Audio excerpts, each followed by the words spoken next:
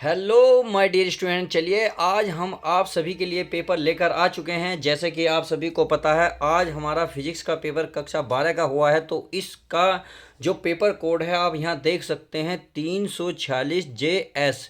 अगर पृष्ठों की बात करें तो इसमें 11 है। तो चलिए पेपर हम A to Z समझने वाले हैं, क्या क्या हमारा इसमें आया है, क्या क्या हमारा नहीं आया है।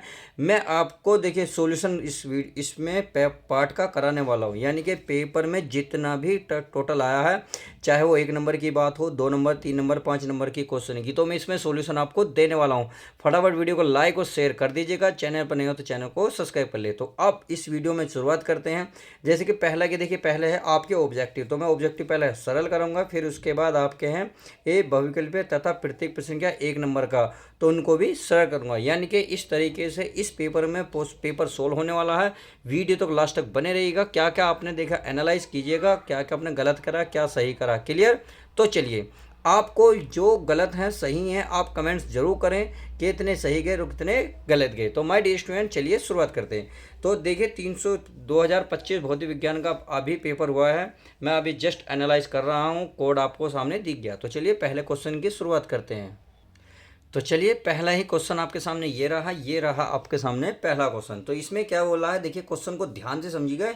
ये कह रहा है पहले क्वेश्चन खंड ए का फर्स्ट, ये कह रहा विद्युत चुंबकीय तरंगों के संचरण में संचरण की दिशा तथा ध्रुवण तल के बीच कोण होता है। तो आपके सामने ऑप्शन है ए 0 डिग्री, बी 45 डिग्री, सी 90 डिग्री या डी 180 डिग्री। तो बताइए इसमें कौन सा ऑप्शन होगा। तो अगर मैं ऑप्शन की बात करूं, बताइए प्यारे बच्चों जल्दी जल्दी बताइए कि आपने कौन सा ऑप्शन सही लगाया। तो इसमें अगर मैं बात करूं तो इसमें अगर आप देखेंगे तो ऑप्शन आपका कौन सा करेक्ट होगा प्यारे बच्चों, सी। यानी कि पहले का सी करेक्ट आंसर आएगा। अब आता है बात के विद्युत चुंबकीय तरंगों के संचरण में संचरण की दिशा तथा ध्रुवण तल के बीच कोण, तो पता चल गया। अगर मैं आपसे एक क्वेश्चन इसमें पूछूं विद्युत चुंबकीय तरंगें कैसी होती हैं, अनुप्रस्थ अनुदैर्ध्य, तो आप बोलेंगे कि सर जो आपकी जो विद्युत चुंबकीय तरंगें होती हैं अनुप्रस्थ होती हैं। क्लियर? पहला क्वेश्चन अच्छे समझ में आ गया। तो चलिए आगे देख लेते हैं। आगे हमारा क्वेश्चन क्या कहता है, क्वेश्चन नंबर 2, यानी कि पहले का ख। ये कह रहा है जब M1 तथा M2 द्रव्यमान के दो नाभिक परस्पर संलयित होकर M द्रव्यमान का नाभिक बनाते हैं तो ऊर्जा का उत्सर्जन होता है इस प्रक्रिया में। बताइए क्या होता है। पहला ऑप्शन आपके सामने M1 + M2 > M, यानी कि M से ज़्यादा दोनों जो होंगे योग छोटा होगा, या इन दोनों का योग M से बड़ा होगा। सही है? या इन दोनों को जोड़ने के बाद M की वैल्यू के बराबर आएगा, या M दोनों की मल्टीप्लाई करने पे जो होगा इनका जो मल्टीप्लाई होगा M² से बड़ा होगा। तो इसमें कौन सा ऑप्शन होगा। तो इसमें जो राइट आंसर होगा आपका यानी कि इसका ख का दूसरे का दूसरा, यानी कि बी इसका करेक्ट आंसर हो जाएगा। M1 + M2 जो हो जाएगा M से क्या हो जाएगा, > यानी कि बड़ा वैल्यू हो जाएगी। इतनी बात अच्छी बात है। कोई बच्चा जो बी लगागा बिल्कुल अच्छे से तैयारी करके आइए। क्लियर? अगर आपका कोई गलत है सही है प्लीज़ कमेंट जरूर बताएं, कमेंट जरूर करें, क्योंकि मुझे अच्छा लगता है आपका रेस्पॉन्स क्या है।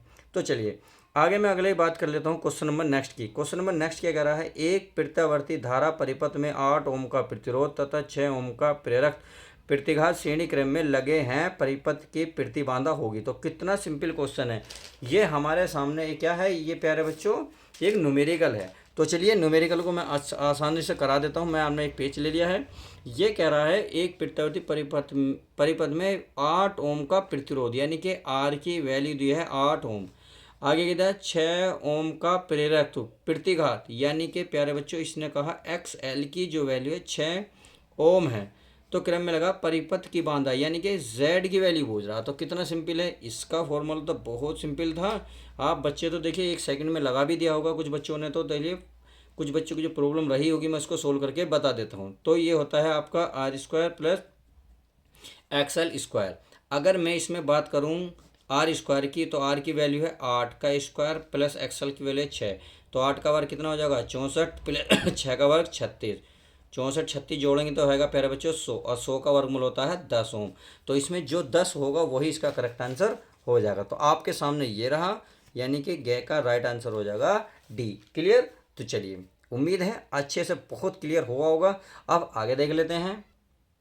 अगला क्वेश्चन है आपके सामने क्या है, ये कह रहा निर्वात की विद्युतशीलता का मात्रक। देखो ये तो बहुत सिंपल सा, बच्चों ने 1 सेकंड में लगा दिया होगा। देखिए पहले अगर ऑप्शन की बात करें तो न्यूटन मीटर स्क्वायर बटे कूलम्ब स्क्वायर। तो मुझे प्यारे बच्चों कमेंट्स में इसका जरूर आंसर दें कि ये जो न्यूटन मीटर स्क्वायर बटे कूलम्ब स्क्वायर है ये किसका मात्रक है। ये मैं आपसे उम्मीद चाहता हूँ आप कमेंट्स में करेंगे। सही है। फिलहाल तो निर्वात की विद्युतशीलता का मात्रक की ढूंढ लेते हैं। तो अगर मैं बी की बात करूँ कूलम्ब स्क्वायर बटे न्यूटन मीटर स्क्वायर, या सी न्यूटन बटे कूलम्ब, और डी न्यूटन मीटर या न्यूटन वोल्ट बटे मीटर स्क्वायर।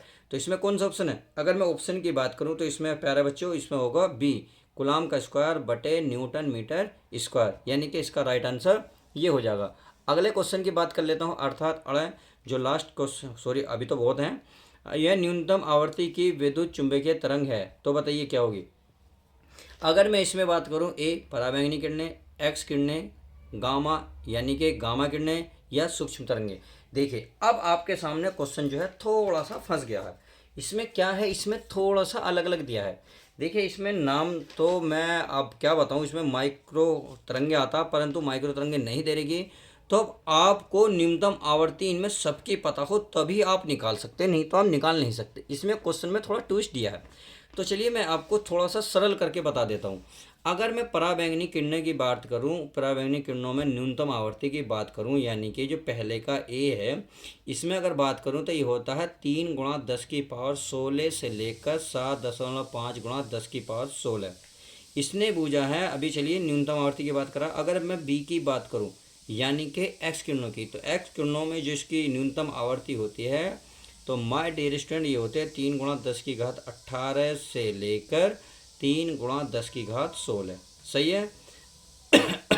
आगे मैं बात करूँ सी, यानी कि सी में क्या दे रखा है, गामा किरणें। तो गामा किरणें की जो आवर्ती होती है प्यारे बच्चों, ये आप क्या होती है बताएं भाई, ये तो आपको पता होना चाहिए। इसमें होती है 3 गुणा 10 की पावर 21 से लेकर 3 गुणा 10 की पावर 18। क्लियर। अब लास्ट में दे रहा है सूक्ष्म तरंगे। तो सूक्ष्म तरंगों की जो अगर मैं इसमें बात करूं, यानी कि ये होती है 3 गुणा 10 की पावर 11 से लेकर 3 गुणा 10 की पावर 18, ये होती है। अब आप इसमें से ये करा न्यूनतम आवर्ती, तो न्यूनतम आवर्ती आपको इसमें कौन सी नज़र आ रही है, यह है 3 गुणा 10 की पावर 16, ये है आपका 18, ये है आपका 21 और ये है आपका 11। तो इसका मतलब ये इसकी तरंगे की बात कर रहा, सूक्ष्म तरंगों की। देखिए इसको सूक्ष्म तरंगे, या फिर इसको एक चीज़ और कहते हैं माइक्रो तरंगे।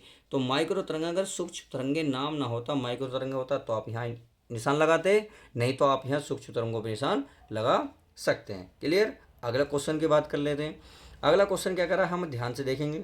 ये कह रहा अनुचुंबकीय पदार्थ के चुंबकीय प्रवृत्ति परम ताप टी यानी कि टी, यह एक्स यानी कि चुंबकीय प्रवृत्ति एक्स परम ताप टी के साथ किस प्रकार बदलती है। तो बताइए, आपके सामने ऑप्शन है ये सामने। तो अगर मैं इसमें करेक्ट आंसर की बात करूं तो करेक्ट आंसर प्यारे बच्चों क्या होगा, यानी कि इसमें जो करेक्ट आंसर होगा आपका होगा बी, यानी कि जो एक्स होगा जो किसका होगा, टी के वित्तीय गुणों, सॉरी क्या है, टी की पावर -1। क्लियर। ये आपका करेक्ट आंसर हो जाएगा। तो पहले जो सेक्शन ए था उसका हमने सॉल्यूशन देखा। अब चलिए सेक्शन बी में चल लेते हैं। क्या हमारा दिया हुआ एक एक नंबर में, उसको विद सॉल्यूशन करते हैं। चलिए नेक्स्ट क्वेश्चन देख लेते हैं। खंड ब अर्थात सेक्शन बी हमारा क्या कर रहा है। देखिए एक एक नंबर के क्वेश्चन है, आप इसको देखिए विद सॉल्यूशन समझेंगे। मैं पहला क्वेश्चन आपको बता देता हूँ। अगर आप पूर्ण आंतरिक परावर्तन से क्या तात्पर्य है, किरण आरेख बनाकर दिखाइए। तो मैंने आपको बहुत अच्छे से समझाया भी था कि कितना आसान था। देखिए मैं आपको जो वीडियो बना रहा था मैंने समझाया था, इसको प्लीज़ रट लेना, अच्छे से रट लेना। अगर मैं पूर्ण आंतरिक परावर्तन की बात करूँ तो देखिए जब प्रकाश की किरण किसी सघन माध्यम से प्यारे बच्चों विरल माध्यम में जाती है और आपतन कोण जो है ना क्रांति कोण से ज़्यादा हो जाए, क्या कहा मैंने, जब प्रकाश की किरण सघन माध्यम से विरल माध्यम में जाती है और जो आपतन कोण क्रांति कोण से ज़्यादा होता है, तो वह किरण परावर्तित होकर उसी माध्यम में लौट जाती है। इसी घटना को क्या कहते हैं, पूर्ण आंतरिक परावर्तन कहते हैं। उम्मीद है अच्छे से समझ होंगे। अब किरण आरेख तो आप बहुत आसानी से बना भी लोगे। अगले क्वेश्चन की बात कर लेते हैं। ये समस्थानिक संभारिक नाभिकों में अंतर समझाइए। देखो कितना सिंपल है। अगर मैं आपसे बात करूँ समस्थानिक और संभारिक में, तो आपको 2 लाइन में इसका आंसर लिख देना है। आपको क्या लिखना है, समस्थानिक में जो नाभिकों में प्रोटॉन की संख्या समान होती है लेकिन न्यूट्रॉन की संख्या अलग अलग होती है। वहीं अगर संभारिक की बात करूँ तो नाभिकों में प्रोटॉन और न्यूट्रॉनों की जो दोनों की संख्या होती है प्यारे बच्चों अलग अलग होती है। क्या कहा मैंने, जो समस्थानिक होता है उसमें प्रोटॉन की संख्या तो समान होती है, लेकिन न्यूट्रॉन की संख्या अलग होती है। अगर मैं संभारिक की बात करूँ तो संभारिक में जो नाभिक में ना प्रोटॉन और न्यूट्रॉन की दोनों की जो संख्या है प्यारे बच्चों अलग अलग होती है। क्लियर? तो उम्मीद है 1 नंबर का अच्छे से करके आए होंगे। तो चलिए जो जो बच्चे अच्छे से करके आए कमेंट जरूर करें। अगले क्वेश्चन की बात करूं, ओमीय एवं अनओमीय प्रतिरोध के लिए वोल्टता V एवं धारा I के बीच ग्राफ खींचिए। तो चलिए इसको मैं आपको एक पेज लेकर बता देता हूं। अब हम जरा खींच लेते हैं इसका। इसने कहा है ओमीय और अनओमीय प्रतिरोध वोल्टता वी आई के बीच, यानी कि इसका जो फॉर्मूला होता है V समानुपाती I होता है, यानी कि जैसे जैसे वोल्टता बढ़ेगी धारा बढ़ेगी, या धारा बढ़ेगी तो वोल्टता भी बढ़ेगी। क्लियर हो गई? तो यानी कि अगर मैं V बढ़ाऊंगा तो धारा भी हमारी बढ़ेगी। तो इसका अगर ग्राफ की बात करूं तो ग्राफ होगा इस तरीके से। अगर ये V बढ़ रहा होगा तो इधर को I बढ़ रहा होगा, तो इसके बीच हमारा ये ग्राफ बन जाएगा। ये आपको करना था, बाकी इसमें ज़्यादा कुछ नहीं करना था। अगले क्वेश्चन की बात करूं, ये एक चालक पर 2.4 गुणा 10⁻⁻18 कूलम्ब धनात्मक आवेश है। बताइए कि चालक पर कितने इलेक्ट्रॉनों की कमी या अधिकता होगी। अगर मैं अब चलिए इसका सॉल्यूशन दे देता हूं, चलिए मैं इसका सॉल्यूशन भी कर देता हूं, क्योंकि कुछ बच्चों से हो सकता है थोड़ा बहुत डाउट हो, वो डाउट क्लियर हो जाए। तो ये एक चालक पर इतने में कूलम्ब यानी कि Q की वैल्यू दी है इसने 2.4 गुणा 10⁻⁻18 कूलम्ब। बताइए कि चालक पर कितने इलेक्ट्रॉन की कमी, यानी कि संख्या पूछ रहा है, अधिकतम है या कमी है। सही है, ये आपको पता होना चाहिए। 1.6 गुणा 10⁻⁻19 10⁻⁻19। क्लियर? अगर मैं इसमें फॉर्मूले की बात करूँ तो फॉर्मूला क्या होता है, Q बराबर होता है NE। तो Q की वैल्यू दे रखी है 2.4 गुणा 10⁻�19, N हमसे पूछा है। E की वैल्यू गुणा की चीज़ कहाँ जाएगी, भाग में, तो डायरेक्ट लिख रहा हूँ मैं 10⁻⁻19 पॉइंट्स है, पॉइंट गया। 8 से काटो, 8 तिया 24, 8 दूनी 16, इसको उससे भाग दोगे तो 1.5। अब इसको ऊपर ले जाओगे तो 10⁻⁻18 है, इसे ऊपर ले जाओगे तो 10⁻+ की हो जाएगी। क्लियर? अगर मैं पॉइंट हटाऊंगा तो नीचे 10 आएगा, यानी कि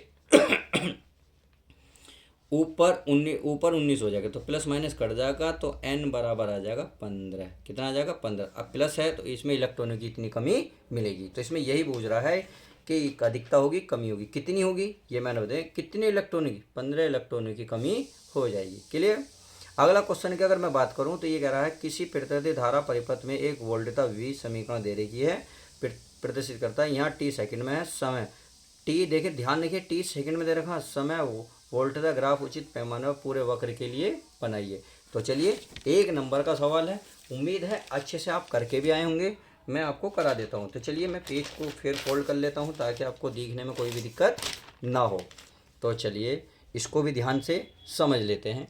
अगर मैं इसकी बात करूँ तो ये आपके सामने दे रखा है V बराबर क्या दे रखा है आपका 40 साइन, यह आपका 100 पाई 80। क्लियर? ये दे रखा, और t सेकंड में दे रखा। अगर इसकी तुलना करूँ मैं तो कैसे होते, V0 साइन ओमेगा t से। तो यहाँ V0 की वैल्यू कितनी हो गई 40, यानी कि V0 की वैल्यू हो गई 40।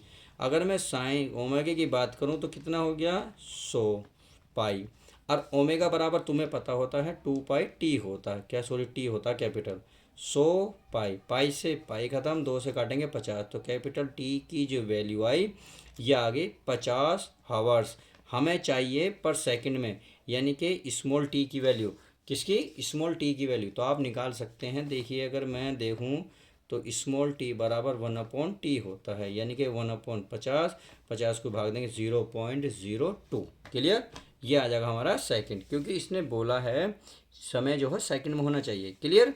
आगे देखते हैं। अब कह रहा है समय वोल्टता ग्राफ, ये तो आ गया आपके टी बराबर इतना। अब ग्राफ खींचना, तो देखिए ग्राफ तो बहुत सिंपल सा है। ये देखिए इस तरीके से आपको ग्राफ खींचना था। ये अगर मैं पूरे ग्राफ की बात करूँ तो इस तरीके से, इस पॉइंट पे कितना है, देखिए पूरा कितना है 0.02, तो इस पॉइंट पे आधा होगा, आधे का मतलब 0.01, और इसकी बात करें तो 0.02 सेकेंड, और यही इसने ग्राफ में क्लियर बूझा है। उम्मीद है अच्छे से समझ में आ गया होगा। तो चलिए ये भी अच्छे से समझ में आ गया। अगले क्वेश्चन की बात करते हैं।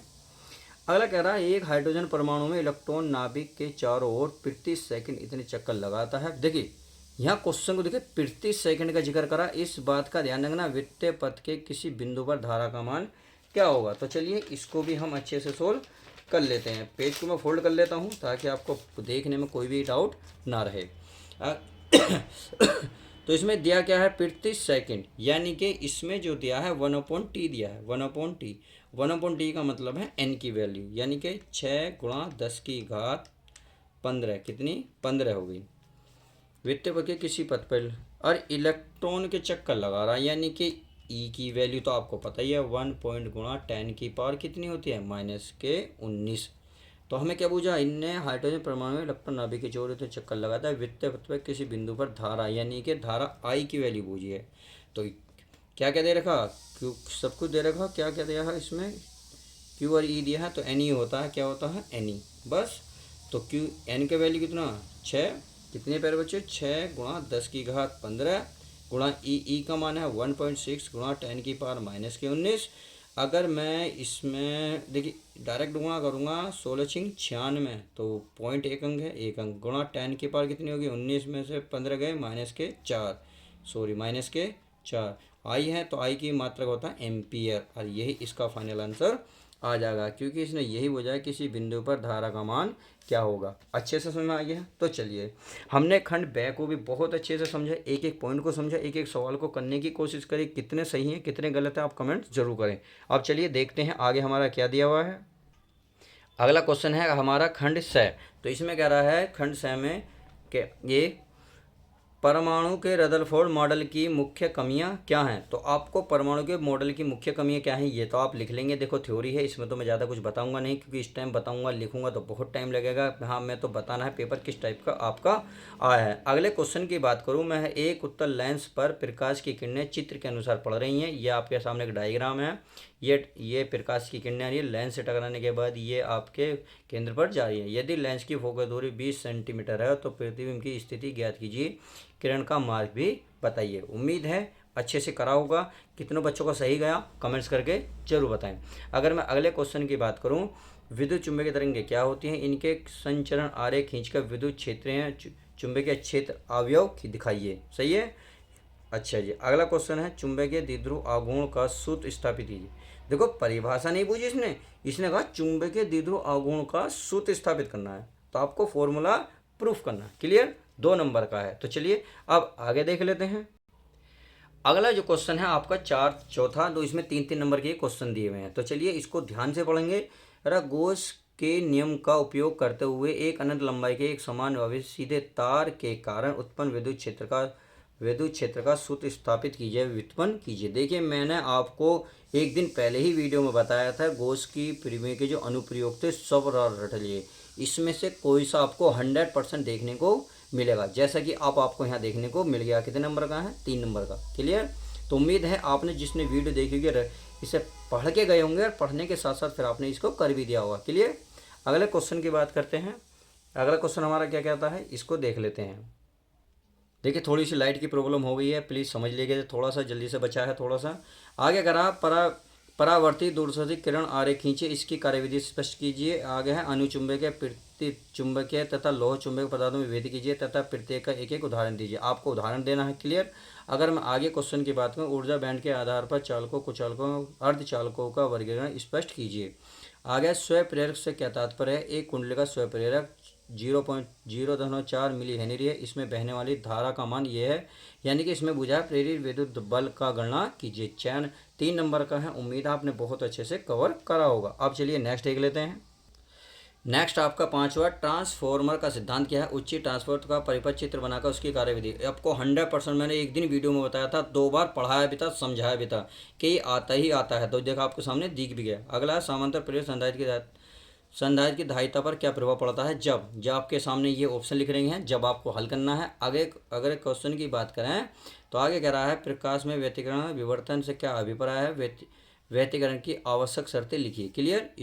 विष्णु सेतु की संतुलन अवस्था में उसकी भुजाओं के प्रतिरोध में संबंध स्थापित कीजिए। तो ये आपके सामने ऑप्शन है, या तो आप इसे करें, या इनने ऑप्शन दिया है यहाँ, यह एक आपके सामने क्या दे रखा, न्यूमेरिकल दे रखा, आप इसको हल करेंगे। अगर आगे देखें तो परस्पर संपर्क में रखें तो पतले लेंस के संयुक्त से फोकस दूरी के लिए सूत्र स्थापित कीजिए। देखिए कितनी बार बताया, जो बच्चे पढ़ के गए होंगे मैं कह रहा हूँ सवाल को तो आप आंख बंद करके हल करा होगा बिल्कुल, क्योंकि मैंने बताया था चलते टाइम भी और कितनी बार भी समझाया था कि सवाल इस प्रकार का आता ही आता है, आप जरूर करके जाएं। कुछ बच्चे करके भी गए होंगे। तो चलिए अब आगे देख लेते हैं क्या दिया है। अगला क्वेश्चन है आपका, पी एन संधि डायल पूर्ण तरंग दृष्टिकारी के रूप में कैसे प्रयुक्त होता है, सरल परिपथ बनाकर इसकी कार्यविधि समझाइए। या तो आप इसे करें या आप इसे करें। अल्फा प्रकीर्णन के प्रयोग का संक्षिप्त वर्णन कीजिए। इस प्रयोग में प्राप्त परिचय के परमाणु संरचना के बारे में लिखिए। अब नेक्स्ट देख लेते हैं। ठीक है, नेक्स्ट है आपका 7वां, परिनलिका क्या होती है। इस लंबी धारावाहिक परिनलिका के भीतर चुंबकीय क्षेत्र में कमान व्यंजक प्राप्त कीजिए। या आपके सामने एक न्यूमेरिकल है, आप इसको न्यूमेरिकल को हल करें। क्लियर है। अब चलिए नेक्स्ट देख लेते हैं। 8वां सवाल आपके सामने है 5 नंबर का। अगर ध्रुवित प्रकाश से आप क्या समझते हैं, जब दो क्रॉस पोलेराइडों के बीच एक तीसरा पोलेराइड घुमाया जाता है तो पारगम मित प्रकाश की तीव्रता में होने वाले परिवर्तन के विवेचना कीजिए। या आपके सामने एक न्यूमेरिकल है, इस न्यूमेरिकल को हल करें। अगर मैं क्वेश्चन नंबर 9 की बात करूँ तो क्वेश्चन नंबर 9 आपके सामने ये रहा। ये क्या करा, दी ब्रोगली की दिव्य तरंग अवधारणा से क्या तात्पर्य है। दी ब्रोगली तरंगों का गति ऊर्जा में संबंध का सूत्र स्थापित कीजिए। या तो आप इसे करें, या प्यारे बच्चों आप इसे ना करके आप प्यारे बच्चों ये वाला न्यूमेरिकल करके आएँ। तो इस तरीके से आपके सामने संपूर्ण पेपर मैंने समझा दिया है। वीडियो कैसी लगी प्लीज़ लाइक और शेयर करके ज़रूर बताएं।